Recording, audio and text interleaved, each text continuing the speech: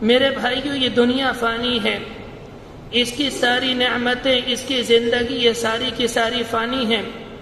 آخرت اور آخرت کی زندگی اور آخرت کی نعمتیں لامحدود ہیں، اس کی کوئی انتہا نہیں۔ دنیا کے اندر جو ایک مرتبہ آ گیا اسے اس دنیا سے رخصت ہو کر جانا ہے، اور جس کا اس دنیا سے انتقال ہو گیا، رخصت ہو گیا، اور جب وہ کل قیامت میں آخرت میں جائے گا تو پھر اس کے بعد اس انسان کو کبھی موت نہیں آئے گی۔ دنیا کی زندگی بہت مختصر ہے، لیکن آخرت کی زندگی دنیا کی زندگی کے اوپر موقوف ہے۔ اگر ہماری دنیا کی زندگی اچھی ہوگی تو آخرت کی زندگی اچھی ہوگی، اور اگر ہماری دنیا کی زندگی خراب ہوگی تو پھر ہماری آخرت کی زندگی تباہ اور برباد ہو جائے گی۔ دنیا کے اندر اگر ہم نماز پڑھیں گے، دنیا کے اندر ہم اللہ کے رسول علیہ السلام کی سنتوں پر عمل کریں گے، ہم قرآن مجید کی تلاوت کریں گے، اپنے مالک کو یاد کریں گے، ذکر و تسبیحات کریں گے، اپنے آپ کو گناہوں سے بچائیں گے، اپنے آپ کو شیطان سے بچائیں گے۔ اگر اس طرح سے زندگی گزاریں گے ہماری دنیا کی زندگی اچھی ہوگی، اور اگر دنیا کی زندگی اچھی تو پھر آخرت کی زندگی اچھی ہوگی۔ اگر دنیا کے اندر ہم نے نماز نہیں پڑھی، دنیا کے اندر ہم نے زکوٰۃ نہیں دی، دنیا کے اندر ہم نے حرام اختیار کیا، دنیا کے اندر ہم نے سود لیا، ہم نے رشوت لی، اور گناہوں کے اندر ہم نے اپنی ساری زندگی بسر کری، زندگی گزار دی، ان سارے اعمال سے ہماری دنیا کی زندگی خراب ہو جائے گی۔ اگر دنیا کی زندگی خراب تو پھر آخرت کی زندگی بھی تباہ اور برباد ہو جائے گی۔ میرے بھائیو، اس دنیا کے اندر اللہ کے جتنے نافرمان بندے ہیں، جنہوں نے اللہ کے رسول علیہ السلام کے زمانے میں آپ کا استہزاء کیا، آپ کا مذاق اڑایا، قرآن مجید کو مذاق اڑایا، قرآن مجید کا استہزاء کیا، اور آپ کے ماننے والے یعنی صحابہ کرام جو کمزور درجے کے تھے، جن کے پاس کھانے کے لیے شاندار اسباب موجود نہیں تھے، انہیں طرح طرح سے پریشان کیا، اور اس زمانے کے اندر بھی وہ آپ کا استہزاء کرتے ہیں، اور اس دنیا کے اندر اس زمانے میں آپ کے ماننے والوں کا مذاق اڑاتے ہیں، اور وہ اس بات کی کوشش کرتے ہیں کہ دنیا کے اندر جو اہل ایمان ہیں، دنیا کے اندر جو اللہ اور اس کے رسول کے ماننے والے ہیں، ان کا خاتمہ کر دیا جائے۔ وہ یہ سمجھتے ہیں تب جا کر دنیا میں امن قائم ہوگا۔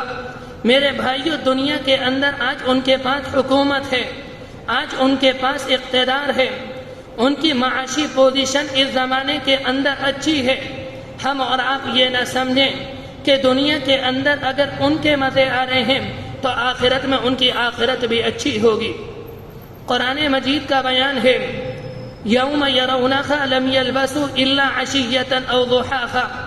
ایک موقع پر فرمایا جب یہ نافرمان اللہ کی عدالت میں آئیں گے، یعنی اللہ کے سامنے کھڑے ہوں گے، اور ان کے سامنے قیامت کی ہولناکی ہوگی، اور قیامت کا خوفناک منظر یہ اپنی آنکھوں سے دیکھ رہے ہوں گے۔ اس وقت اللہ اپنے نافرمان بندوں سے جو امت مسلمہ کو اپنے زمانے میں پریشان کرتے چلے آئے ہیں، اللہ ان سے معلوم کرے گا، ذرا یہ تو بتاؤ، قال کم لبثتم فی الارض، تم زمین کے اندر کتنا عرصہ ٹھہرے، تم زمین کے اندر کتنے دنوں تک ٹھہرے؟ وہ اللہ سے کہیں گے،